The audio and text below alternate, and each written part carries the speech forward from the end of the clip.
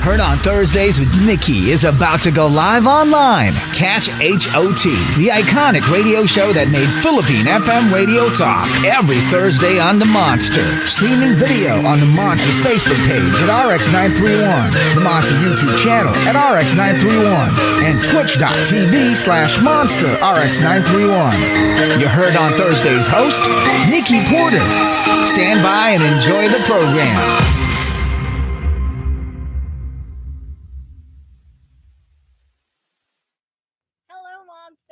Good evening and welcome to the show that made Philippine FM radio talk that's heard on Thursdays on the Monster. I'm your host, Nikki Porter. Now, since we're at the tail end of Mental Health Month, I figured that we could set aside some time to spread some awareness. So tonight, I wanted to ask questions about, the current plight maybe of mental health in the country, maybe also around the world, just to see where we're at individually and as a whole. And then I also want to dive a little bit into men's mental health and then maybe some challenges also that we Filipinos encounter when we share about our own mental health issues or conditions with loved ones. So in order to do that, joining us tonight is Richtofen de Jesus, who is a registered psychologist and psychometrician. He holds a certification in clinical dementia rating and psychological first aid.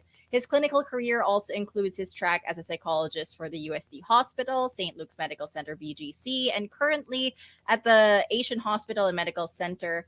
And he is also formerly taught at UST and De La Salle University. He also serves as a mental health consultant for various media outlets, so he is no stranger to the show as well. I had him last year to talk about mental health. So let's welcome Monster Richtofen de Jesus. Hello. Hi, Nikki. Hi, good to see you again, and to talk more about mental health. Yeah, it's nice to be here, and of course, thank you very much to the listeners on HOT who's constantly supporting this program. So thank you very much for being with us. Yes. And so tonight, like I said, I wanted to dive into mental health once again. And so in your experience as a psychologist, in recent years especially, has there been an uptick on certain mental health conditions or issues now more than before? Okay, when it comes to trend, the first thing that we need to notice here is that people are now becoming more open in discussing their mental health. So the good thing here is that the government is now starting to support the mental health programs. Companies are already opening up employee assistance programs that also talk about mental health. So there is a trend towards developing positive attitudes towards mental health and more on the idea of opening up, sharing what you know, and being capable of allowing people to understand what you're going through. And I think that's a very good trend because nowadays it's now becoming normalized, so to speak. It's now okay to say that I'm not feeling good with myself today. I have some troubles. There are things that are bothering me right now. It's now becoming more open and more accepted for people to say that. And I think that's a good first step because if people are then given towards the capability to be psychologically safe with where they are, then they are more capable to cooperate and at least to be more willing to really receive treatment for themselves. Okay. And so what you're seeing now is people are starting to become more open or comfortable in yes. what's going on. Is that more with you've experienced with younger generations than older generations? Well, of course, there's still a disparity between the two generations. The older ones, of course, are still the ones that are more reserved. But those belong to Gen Y, Gen Z. They are now becoming more vocal with what they're feeling. In addition to that, they are now becoming more capable of sharing experiences with one another. So support groups are also developing, and therefore there are now more avenues for people to go into, and therefore there are more choices that they could also choose from. So I think the point here is that better access to mental health care is on the rise, and especially with programs like yourself, you are now promoting more important matters regarding mental health, so people are becoming more well informed about it. Yeah, I hear you. And so now I'm actually curious, considering, there's that disparity with, older generations. So I'm pretty sure when you started out in your career as a psychologist, there like the environment was much different. So, Oh, yes. how much has it changed? Aside from, I guess, with people being open to, seeking out a psychologist and being diagnosed with so and so, how much of that has changed since you started your career? Or like, you can start off by, like painting us a picture of what it was like early on in your. Okay. Actually, when I started, that was just back in 2010, so that was 14 years ago. It Mm, was quite different though. Okay, there was no mental health profession. Okay, which means the profession is not yet even regulated. So by 2014, the PRC already took over that, and now licensed psychologists, psychometricians are the only ones allowed to do certain psychological services such as counseling, psychological testing, and even psychotherapy. Now, in addition to that, okay, in addition to the profession being well regulated, nowadays there is a demystification out of mental health issues. So mm, what happens now is that people are really willing to take a deeper dive regarding their condition. They are now more open to being analyzed by professionals. They are now more willing to undergo psychotherapeutic process. So it's more of like they now start to identify that if there's something wrong with me, I don't need to wait for it to become worse before I do something about it. It's actually now more on the idea that if there's something that's starting wrong with you, take it to a professional immediately so that it won't, escalate into something different. Okay. So nowadays we are seeing people, even with the slightest or the minor concerns that they have, they're already seeking help. And this is very much welcome, if I may say so. Sometimes, back then people would say, if you can't sleep, if you can't do this, you can't do that. It's just more of nasa isipin mo yan. It's all in your head. mm, yeah. But that trend is now going, okay? It's going away and it's being replaced by the idea that it's okay if there's something wrong with you, then you better check yourself out, okay?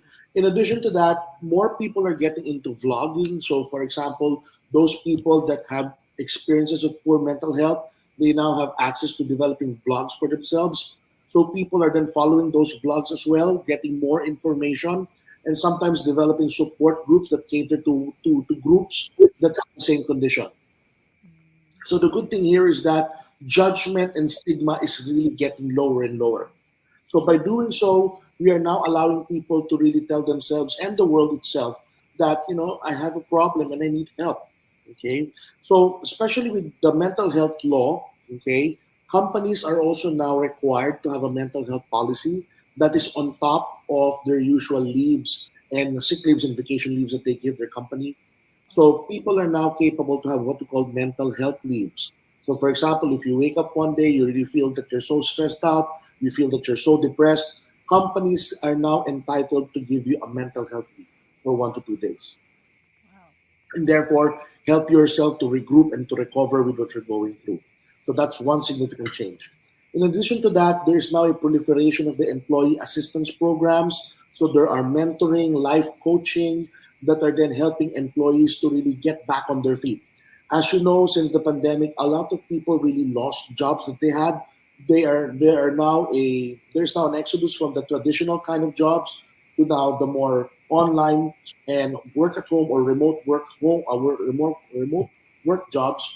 So people are now starting to transition into a different way of doing work. And this assistance programs, they are very helpful because they now tend to help the transition become easier for people. It now allows them to let people be more comfortable with what they need to do to learn the skills that they need to have. So it then becomes a smoother way of changing who they are. Okay.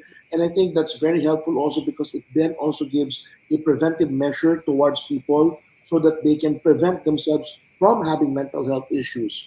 So there's also the trend of promoting wellness, so, especially when it comes to developing psychological resilience, developing mental health steadfastness. So, those programs are very effective in terms of allowing people to feel better with what they do, especially if they're just, circling around the daily grind that they have, which can be very monotonous.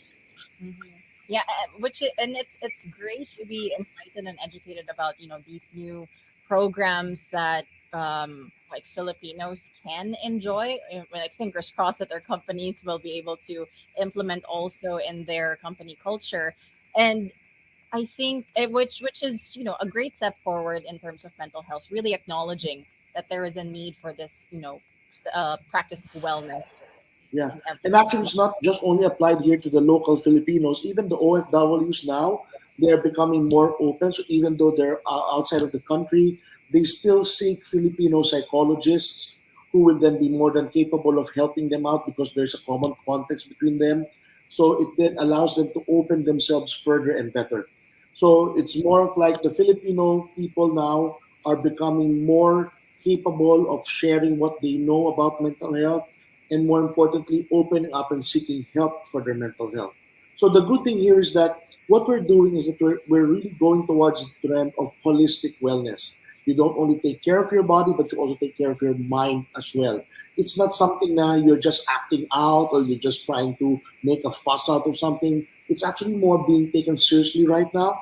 And the good thing here is that it enables better camaraderie with families and friends, developing a core support system for a patient, for example. So it allows people to really be taken care of. yeah, for sure. And so now I'm curious also with you, Rick, with your in your career in as a psychologist, what made you decide to study psychology and take on this profession, considering that back then it was something that people didn't really think twice about. Okay. I think from that aspect, I've always been curious as a person. Okay? Sabi ko nga, I always tell people, chismoso kasi ako eh. I want to really get into the know of things. And, you know, because my curiosity is always there, the most curious thing that I would like to study is human behavior. I want to know why that person behaves this way. And then back in the 90s, I started watching the show. There's a rerun of it on Prime Video right now. It's called Frasier. Yeah, yeah. Okay. And I really like the character. Okay. I really identified with the character having his own show where people call in, share their problems, and they gives them advice. And I found it to myself saying, maybe that's something that I would like to do when I grow up. So back then, I started reading some psychology books as early as around fourth grade, for example. And then by high school, as neuroscience was also picking up, I then studied a lot of brain literature. Okay. So when I got into college, so I then went to university and I studied psychology. And it was nice. It was very, very nice because the college that I went through, UST, was very clinically oriented. So I really got my money's worth out of it, if I may say so. And then at an early age, after graduating, I went direct into practice. I was mentored by a lot of good neurologists and psychiatrists. And because of that, I think I was exposed more. And then I became a volunteer for this psychotrauma clinic in UST. And I was also, being shipped out of Metro Manila to certain provinces that are having people in distress. So I do volunteer work before. And I think the good thing about it, Nikki, is that when you now see that you have made an impact on how people change their way of thinking and how they change the way that they're feeling, it fuels me more. So that's why I think after 14 years, you tell me the problem, I don't get enough of it. Okay? It's more of like, sige lang, ano pa problema mo? You tell Yeah. me. Okay? Because some people will be asking, my God, Rich, you're there for 14 years already. Haven't you got, satiated about it? Hindi ka pa ba nagsasawa? But I tell them, it's not because every different person has a different perspective. It's true that sometimes, in a day you might get 10 cases that are all depression, but they are different stories leading to depression. It's more like I'm watching 10 different episodes of Netflix at that same day. Okay? And it's nice. And then the good thing here is that you then get to take part in initiating a life changing situation for that person. Okay? Now, I will admit there are certain times that some cases can really be too difficult. It might be stressful, but I just really take it on as a challenge. Okay? And in addition to that, I also got the chance to mentor younger people than me right now. So, it's something that's very fulfilling. Yeah. Yeah, and like just hearing you talk about also your experiences, it I'm starting to realize like how rewarding it can be, like to see the impact that you make with people who, who probably felt like there was no way out to their situation, their issues. Yeah. If I may just share a case, Nikki, okay? Back in the day, I had a patient, okay? She was a flight attendant for a local airline company. And she was really very anxious to the point that she can't even go to work. And I was very proud of how she helped herself. Okay. So we did some counseling sessions, and I then instructed her on how to empower herself to overcome the anxiety. And now she's one of the senior flight attendants for that company. And it's really nice to hear stories like, you know what, Sir Rich, I'm now doing this, I'm doing better right now. And it then tells me, keep going because you're helping people. Okay. Mm. And I think for those of you who are listening right now, if you're thinking of a career, psychology is a good career. It's very flexible. You can go in the industry for HR services. You can go in the healthcare industry for clinical services. You can go into the legal industry for forensic services. So it's very, very flexible. And if you really like to engage with human beings, you really like working with people, then it's something that you will be happy with. Yeah. And I'm sure they're very young monsters who are, up this late while they're listening to this episode as well. Like to figure out maybe, maybe they want to pursue something different, pursue something that really piques their interest or curiosity, especially about human behavior, as you said. So what's tied to psychology usually or psychologists is therapy, right? That's, Mhm. that's like that's a direct correlation that people are most familiar with. But what other services would you offer as a psychologist? Okay. I do understand that that's quite a cliche, the idea of lying down on a couch, talking to a psychologist, sharing your problems. Actually, that's just one part of it. Psychology actually is a very varied profession. Okay. So the first thing to usually do is assessment. Okay. Psychologists and psychometricians are licensed to then conduct psychological testing. Okay. So we use tools in order to quantify behavior. Now you might be wondering, why do we need to do that? If we are to effect change on a person's life, it's very important for us to have a baseline measurement first of what they are going through. So, understanding the present state of the individual is very effective if you use psychological tests. Now, if I may just say so, tests are very essential because they measure different domains of a human behavior, things that might get looked over when you're trying to make an interview with somebody. So the good thing is that it then gives a more organized way of scanning whatever behavior a person has.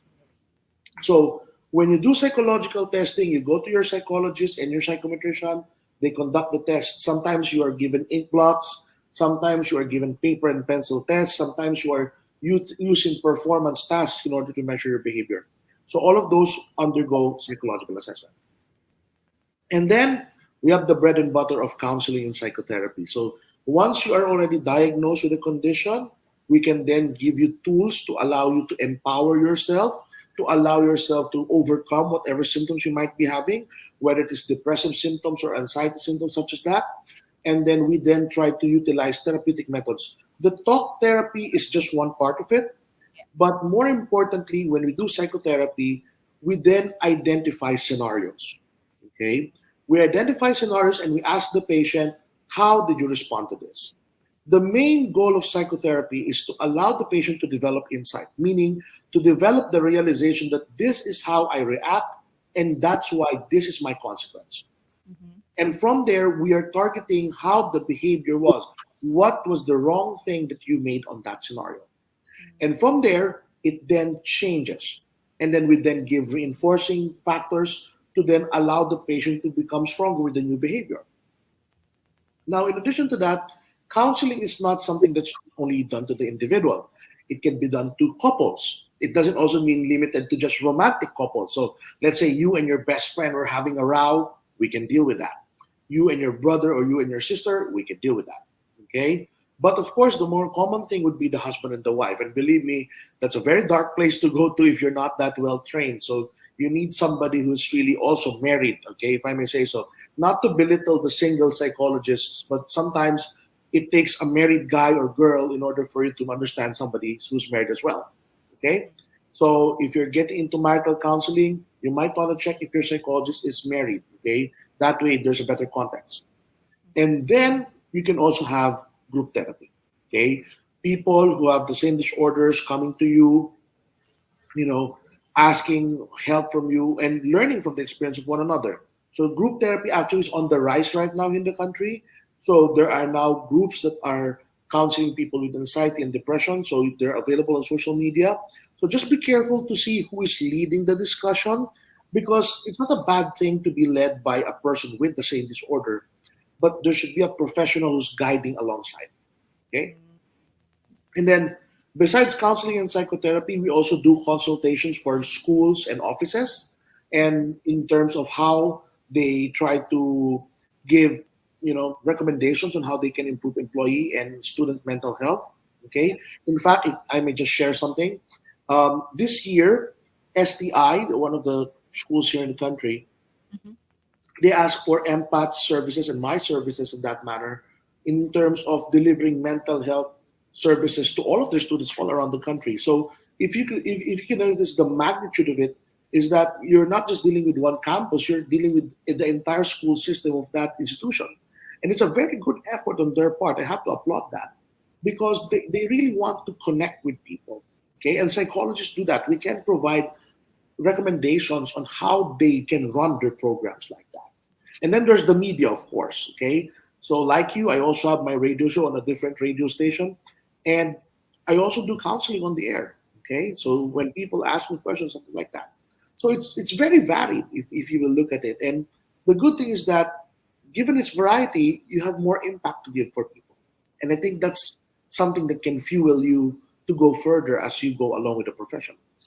Yeah. No, and so like I like also the way that you were breaking down all of these different methods as to how like psychologists can help individuals with whatever, if it's like testing, or if it's really just like talk therapy, or if it's like on a more grander scale in terms of organizational culture and behavior. Like it's a very refreshing way of seeing psychology branched out and not just directed into um, one means of seeking Yeah, psychological. we're not confined to the hospitals anymore. We're Yeah. really out there dealing with people. Oh, by the way, if I may just add, disaster response here in the country is led by psychologists. Okay, we have one subgroup in the Psychological Association of the Philippines that really deals with that. So whenever there are, let's say, for example, disasters like storms or floods or earthquakes, after the physical needs have been met, the psychologists can go to the site in order to do psychological first aid or even psychotherapy if needed, in order to mitigate the effects of trauma for those people. So psychologists are also leading those kind of efforts.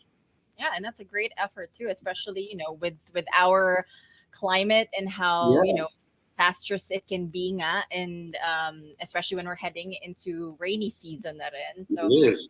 it's nice to know. It's also, I didn't even know that. Like it's very interesting to know that they're there, they're ready to help. Also that there's that kind of psychological help that's being Yes. offered.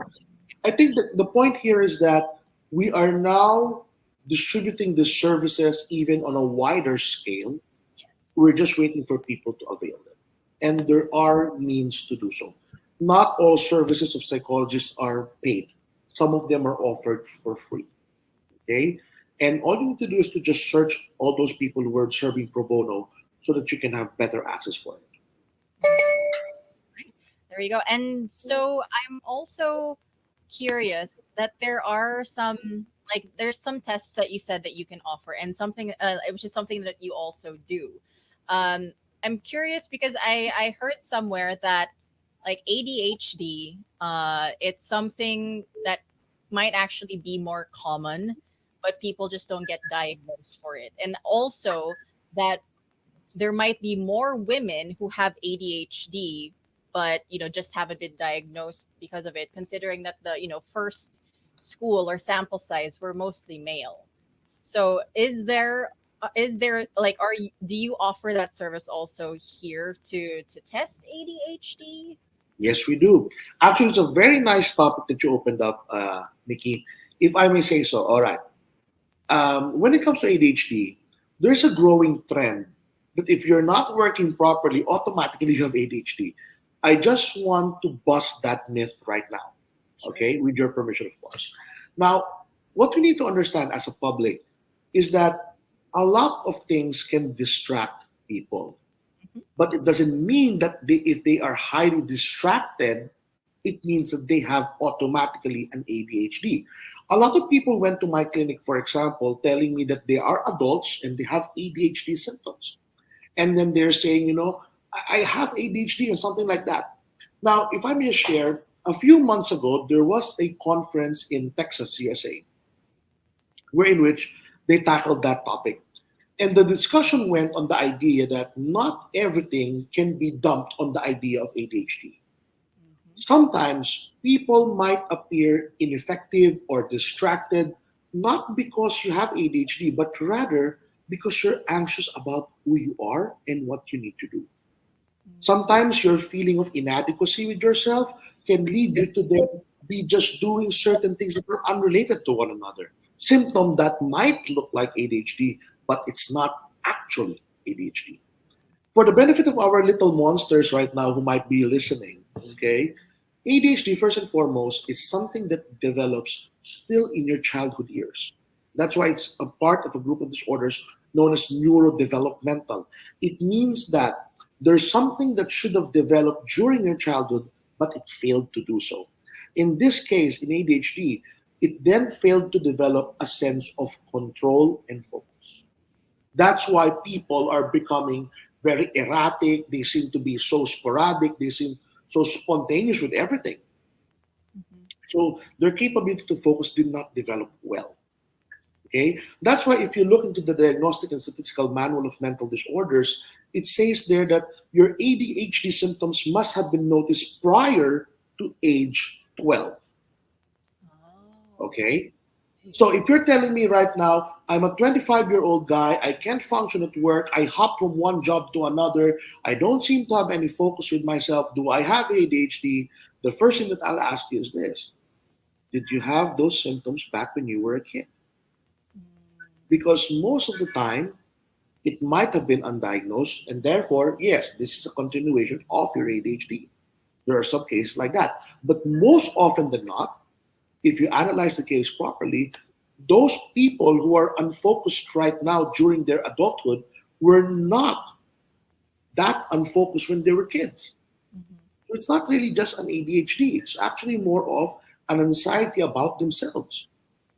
So I would just like to reiterate that let us not try to just identify ADHD automatically as such, because there might be a variation of factors that needs to be considered in order for us to diagnose it properly. And talking to your psychologist is then the first step. Okay, because what we do is that if you have a thought of of a tangled mess, we then try to untangle it and make sense out of it. That's what we do. Yeah. Okay.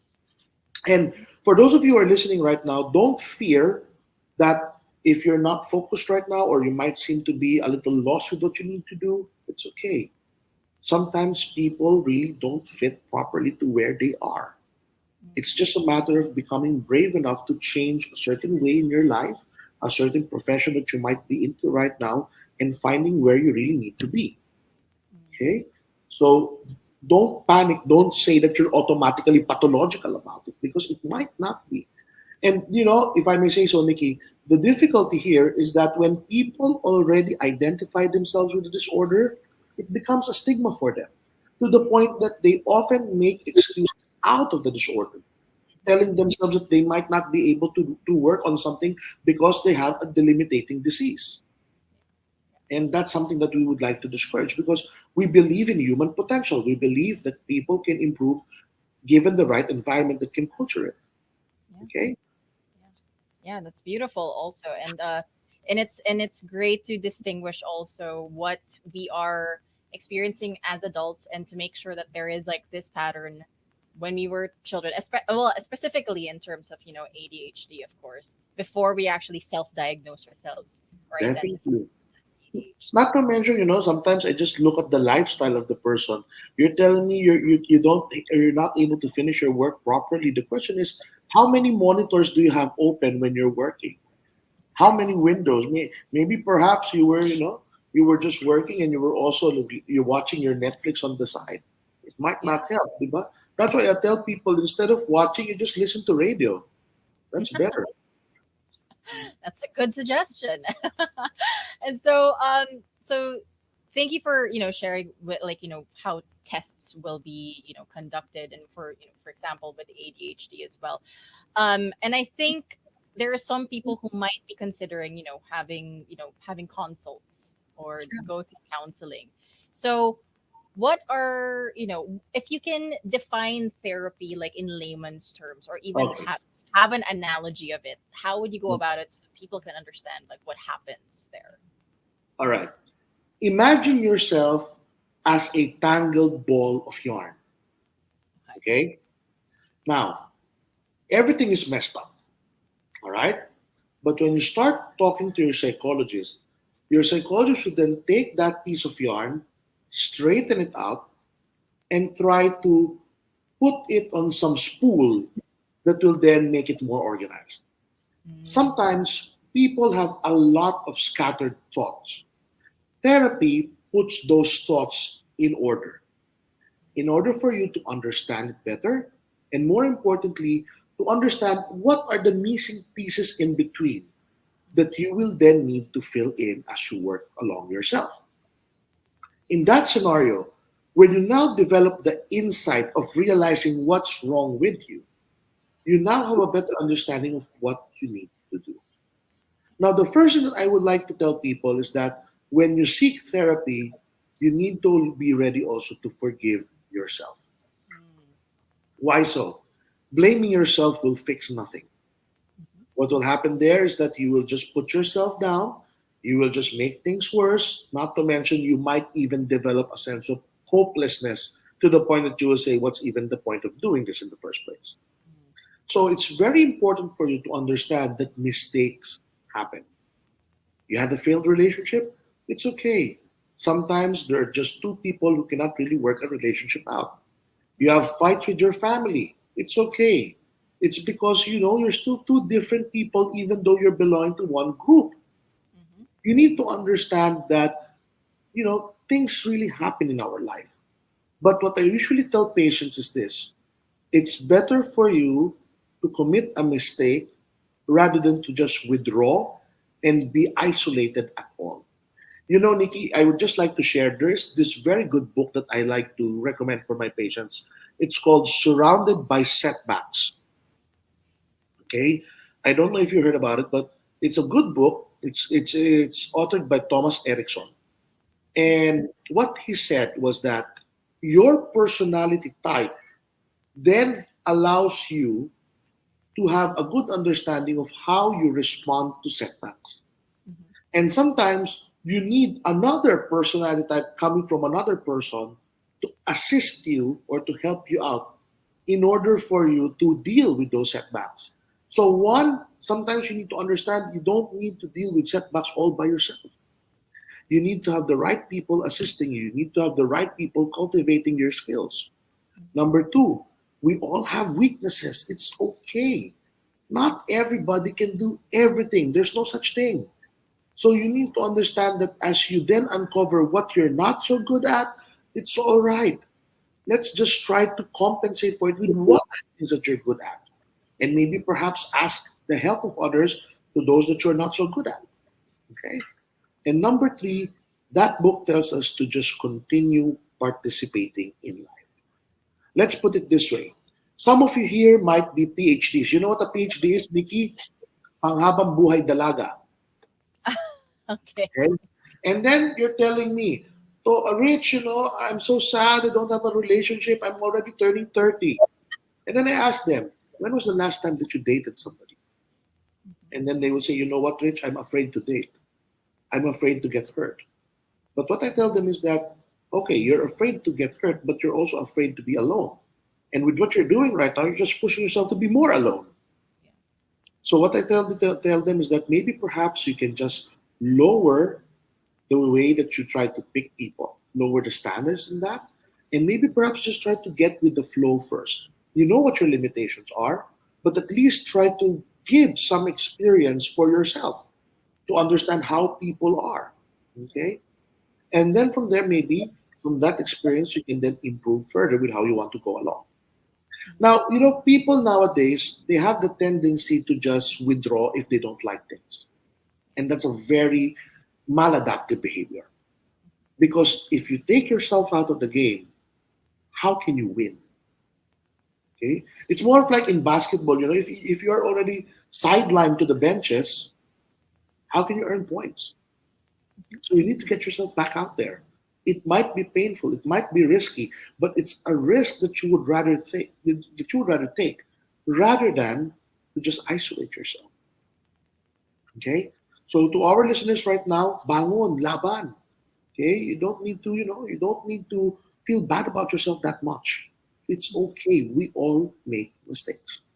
Okay? Yeah, for sure. And I always like to think, like in hindsight, naman, like when you put yourself out there, and maybe it doesn't. There's a lot of negative experiences, maybe like in not meeting the right person, or just very interesting experiences in general. I always say it makes for a good story. Like Yes. later on. Not to mention, no, you are now having a richer experience, and because of that, it makes you wiser now. You now understand the red flags as they pop up immediately, and that's okay. Yeah. But I also tell people, don't try to find perfect Mr. Right or Miss Right because they will never exist. But rather find someone who clicks with you, someone who has this kind of wavelength with you, where in which you are in the same page on most of the things that you talk about. I think that will then give you the advantage of that. See, we are also covering like romantic love in some way here in You mental know health. why? Because that's part of mental health. If you are having a good relationship with people, that's part of good mental health. And if I may share, it has three pillars. Mental health has three pillars: your thoughts, your emotions, and your social interactions. Any maladaptive problem on those three will affect how your overall mental health will be. So in that scenario, having someone to love is very good. It doesn't have to be a romantic relationship, but at least having somebody in your life is very contributing to your mental health. Yeah, absolutely. And so let's say now we like when it comes to women, we're much better at socializing. We're much better at talking also, which is probably why we are more inclined to seek Yeah. therapy. Women are expressive. Yes, we're much more expressive in that sense as compared to men who are probably not comfortable with the thought of therapy. So what is it about it that men seem to hesitate when it comes to seeking it out? Okay. It has all to do with the upbringing. Put it this way: when you're a guy, when you're growing up, it's always a sense of competition. When girls play, they play with their dolls or their kitchen sets, but boys will play like who can run the longest, who can jump the highest. Okay? So at a young age, men are being trained that it's always a competition and you need to be on top. Okay? Which is actually very ineffective because if everybody is on top, how will you be there really on top? Hmm. Okay? So that mentality then tells men not to be vulnerable. Because if you then open a side of weakness, you're not anymore competitive. When you go to a psychologist, for example, men will think, I don't need that because I don't need somebody telling me what to do with my life because I am the one in control of my life. But my counter argument for that is this: if you're really so good with what you're doing with your life, how come you're miserable right now? Let the evidence speak for itself. If you're not being happy, then it just means one thing: you're not doing something right with what you are. You're missing something else.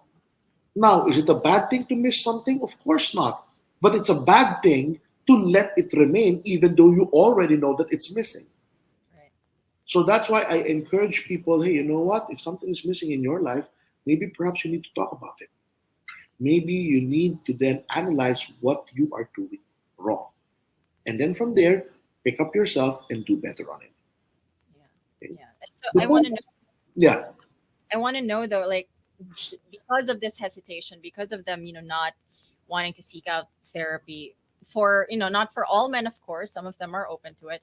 Is it because of this hesitation, or that even that belief that they grew up with, that allows them to be more susceptible to mental health conditions because they don't really open up much about what's going on with them? Not necessarily. In fact, they are more susceptible to denying that they have the mental health issue. Okay. Okay? So, what I would rather say is this: they are more susceptible to showing up in my office when the problem is already worse. Ah, okay. Okay? So, what happens there is that because of the attitude, the people who might be having these illnesses, they prolong their agony to the point that it could have been solved at an earlier time, but because somebody was very stubborn about talking about how they feel, then it then leads to a different a different problem, even worse than what it was before. Let me just give you this statistic, Nikki. When it comes to suicide, women are greater in terms of number than men when it comes to suicidal attempt. Okay, which means ladies they cut more, they OD more than men. Mm. But when it comes to what we call a completed suicide, it's the guys that are having a higher number than the ladies. Wow. Which means that guys might be just harboring what they have, and then when the time comes that they cannot take it anymore, they just end their life. Mm. As compared to the ladies who might be punishing themselves by cutting and doing their ODs. But besides that, okay, they don't really complete the suicide altogether. Mm. So that statistic itself is a depiction of how if men will not be more open to the idea of therapy, will become so detrimental for their mental health. Wow. Okay? And again, to the guys who are listening right now, it's okay. If you want to go with a guy, as a guy psychologist, that's very much acceptable. That person will not be judging you. Okay? It's a big no no for us to judge people because as psychologists, it is our duty to be accommodating to whatever the person did. Mm. Okay? We are not here to punish people. We're not here to let them feel bad about what they went through, but rather we are here to empower. We are here to inspire. We are here to tell them that there is hope in themselves. Mm. That's what we're here for. Okay? Now, there are some guys who are more than willing to talk to a female psychologist. That's not a bad thing as well. Mhm. Okay? It doesn't matter. The important thing here is that you are comfortable with the person that you are talking to. Right. Okay? That's what's more important. Now, I don't also discourage you from talking to your parents, talking to your ninongs, your compadres, whatever you call it. It's all right. Bro code, so to speak. Talk to your bros. It's okay. But here's the difference, though. You talk to your bro might have some hesitations of telling you things straight. Why? He might be hesitant to tell you because he might feel that the relationship might change as well. Okay? But psychologists do not have that. We will tell it to you straight. Whatever facts you gave us, you will process that. We will tell it to you for what it is Mhm. without hesitation. And by the way, Nikki, if I may just share, people can switch therapists at any given time. If you're not that happy with your therapist right now, you don't have to sit there. It's okay. You need to find somebody that you can jive with. Therapy should not be a problem. It should be, a companion for life. It's something that will enable you to aid yourself to have a better kind of life. It's not a chore, it's not a problem, it's actually more of a supplement for you. If you're drinking your vitamins in order for you to physically improve yourself, you can go into therapy to clear up your mind and give your life some direction. That Mm. is what it is. Yeah. Yeah. Thank you. And I hope this reaches listeners, male listeners who might feel like they need help and would like to seek out help, but maybe have just been in their mind for the most part. maybe this has helped them as like a gentle nudge in the right direction, so that yeah, they can feel a little bit more at ease and have that weight lifted from their shoulders. I also want to ask, since it is Mother's Month, aside from mental health month, what do you think mothers would struggle with mentally? Maybe sometimes not. All right. That's a very good question. Now, I am standing on eggshells right now, but it's okay. All right. So let's talk about moms. Moms are one of the most stressed people for life. Hmm. Why? The moment you're a mom, you are now going to be anxious about your kid each and every time. Hmm. Whether he's in preschool, in high school, or even in college, you're still going to worry about your kid. Yeah. Now, the point here is that worrying about your kid is okay. That's normal. Mhm. You just don't need to let it overtake the entire life that you have. Right. Okay? Walang masama. Okay? If moms will become a little bit praning with their kids, but not let it take over your life. Now, one of the stresses of moms is that are they doing well with their kid? That's their first question automatically. Am I being a good mom? Am I taking care of my child the right way? First thing that you need to understand, there is no manual towards parenting. It's better to buy a phone because if you're buying a phone, you have a manual. But when it comes to parenting, it's not. You know why? Because every person that you will have is different. You might have two or three kids, they have different personalities. Right. What works with the eldest may not work with the youngest. Let's put this way. I have two kids, Nikki. Okay? My eldest son wants to sleep with the lights on. My youngest daughter would like to sleep with the lights off. And if they share the same room, how can I do that? Yeah. Okay? So that's just one of the basic things that parents have to deal with. Your children will always be very different, and that is okay. So, the first thing that I would like to tell moms, if you're feeling that you are not doing well, just cover the basics. Ensure that your child is well fed, well clothed, okay, and given the love and affection that they need. That's the first investment that you need to do. Okay? Don't worry about the achievements of your kid. Sometimes kasi, the mommies, they're also payabangan eh. Diba? My son goes to this school, my daughter goes to this school, my son plays this instrument, my daughter plays this sport. Yeah. Don't worry about that. Just worry about being there for your kid. Okay? Because at the end of the day, whatever accolades your kid may have, the more important thing that they would be needing is you. So, as a mom, and even a dad, if I may say so, dagdag ko na. As a parent, what you need to do is to always have a good access to your kid, keeping yourself available for them, making time for them. Now, sometimes it's very difficult because we have more working parents, we have working moms, working dads. But you need to understand that your work is finite. And at the end of the day, you will still go back to your families.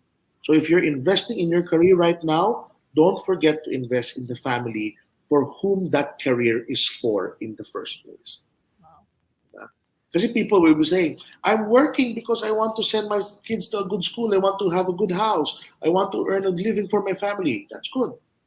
But what kind of family will you be having if you have forgotten them and just focus on working?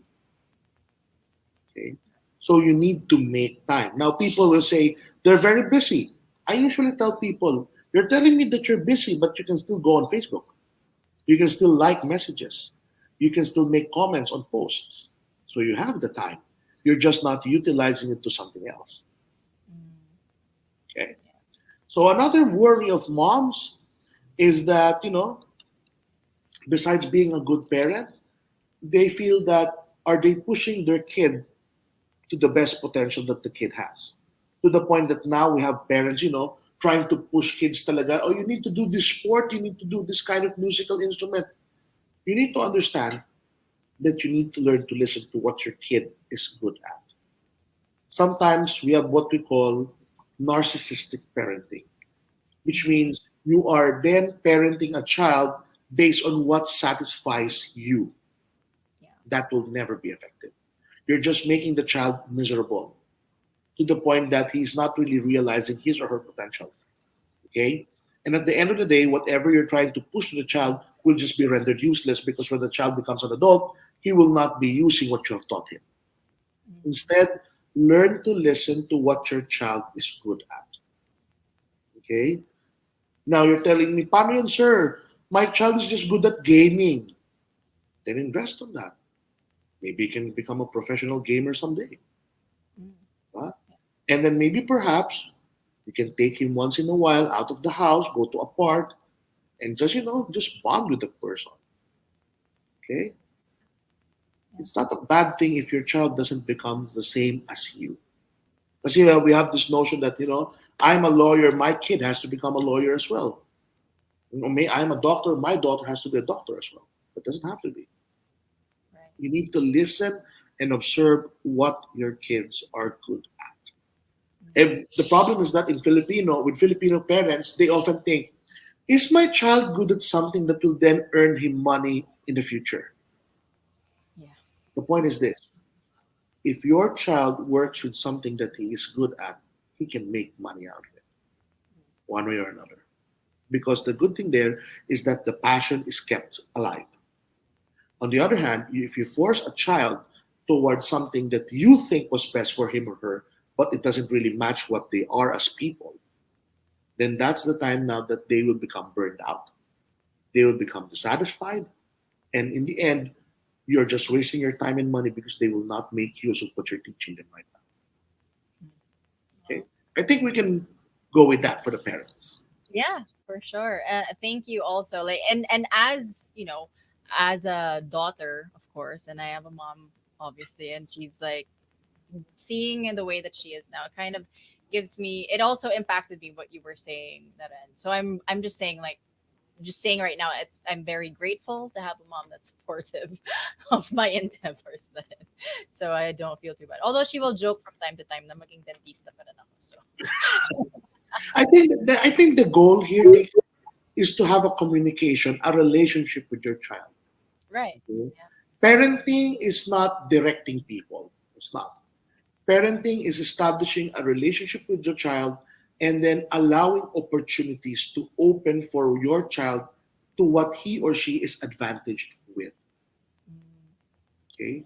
So it means that as a parent, open an opportunity that your child is good at so that they can also be the best of what they could be. And I'm telling parents, never tell children that they have to be number one because they will never be number one. yeah. Even how good you are, there will always be somebody who's better than you. That's just a fact. Mhm. So instead, I always tell parents, teach children to be the best of what they could be rather than the best among others. Right. Let them develop what they are as people. Mhm. Okay? Thank you for that. Thank you, and I hope parents who are listening might take some nuggets from what Rick just said as well, so that maybe they're realizing that they need help or improvement in the way that they are parenting their kids. And that's So okay, It's never perfect. No one yeah, is. yeah, The point is that we can learn from the experiences of one another. exactly, exactly. And so I want to dive into one last topic this evening, since we are talking about mental health. I read that the U.S. has this loneliness epidemic that's going on, and even South Koreans, they have somewhat of that uptick that they've created or they've adopted creative ways to cope with it, like adopting a pet rock, so that they could feel less alone. Mhm. So, w- would you say that there is some trend of loneliness here in the Philippines too? Is that something that you've observed or heard of, like in terms of statistics, maybe? I would rather say that there are certain cases, but thank God they are not that much. Okay. Okay. The first thing that we need to understand here is that people are social beings. You have a chemical in your body known as oxytocin. Okay. And that chemical becomes very active when you're socializing with someone. It begins even in infancy. So, for example, when a mom is breastfeeding her child, the oxytocin on both their bodies become very active. Okay, so at an early age, we are really being wired to be social. However, what happens now is that we are now starting to become very isolated from one another. Let's say, for example, you are now working from home. You don't need to go out, you don't need to commute, you don't need to go to your office. You're just staying in your room 24/7, typing, typing, typing, and doing things for your work. Yeah. That will not be helpful in the long run. Yes, it does give a certain level of convenience, but it will not be a long term solution. Now, my take here is that it's not a bad thing to work from home or to work remotely, but instead change that into having a variety of activities on the side. So, meaning, if you're working from home and before, let's say, you woke up at 5 in the morning to go and have your commute, still wake up at 5 in the morning, but this time replace the commute time with gardening, with going out, with having breakfast at your local palenque or something like that. Mhm. Get to be with people. The good thing about working remotely is that you don't need to grind the traffic of Metro Manila. Right. Okay? But use it now to do something else. Talking to your plants since the 1970s, it has been proven to have a cathartic effect. So we have the plantitos and the plantitas right now. So keep up the good work, plantitos, Talk to your plants. That's okay. With the pet rock, yes, as early as the 70s as well, Americans were already doing that before. Oh. But the trend did not pick up, thank God, because it's really it's really quite funny, if I may say so. Instead, fur parenting is good. Okay, adopt a pet. Okay, Yeah. so especially those pets that are in need of a good home, maybe you can start doing that. Okay, having another heartbeat in the house is very important. So if you're living in an apartment, maybe perhaps a pet dog, a pet cat, or a pet fish will also be very good. Okay, next, if you're always online and that is what your work entails, that's okay, but allocate a time for social interaction. Meaning, don't do Facebook on the side. Because the usual trend is that while we're working, our Facebook is open, and then when there's a thing, then that's the time that you interact. Don't do that. Instead, allocate a time in your day that's really dedicated for social interaction only. So let's say, for example, you have 2 o'clock to 3 o'clock in the afternoon Facebook time, social media time. Okay? So all you need to do is to really catch up with your friends. Hey guys, how are you doing? Or maybe perhaps you can set up Zoom meetings with your friends, even if they're living abroad. Okay? Iba-iba nga lang ang time zone, but still, you can still find a common time between them. The important thing is that there is a variety with what you need to do. Loneliness is only felt if you feel that the routine is so repetitive already. Okay? But it doesn't have to be. Mhm. Okay? And it can be a different friend every day. So you have friend A on Monday, friend B on Tuesday, friend C on Thursday. You can do that. Yeah. Okay. You can then have a variety of who you want to talk to. The important thing is that it's still there. Never take out social interaction with your daily routine. Okay. Yeah, I think that's a good takeaway for sure. And so we are nearing the end of the show, but before I do wrap things up, just one final question, of course. If someone might be experiencing, mental health problems or mental health conditions, like you're observing the way that they are, and you're seeing that there's been a shift in the way that they are. How do you approach that? How can you support them without being too in their face, like maybe you should get some help kind of way? Yeah.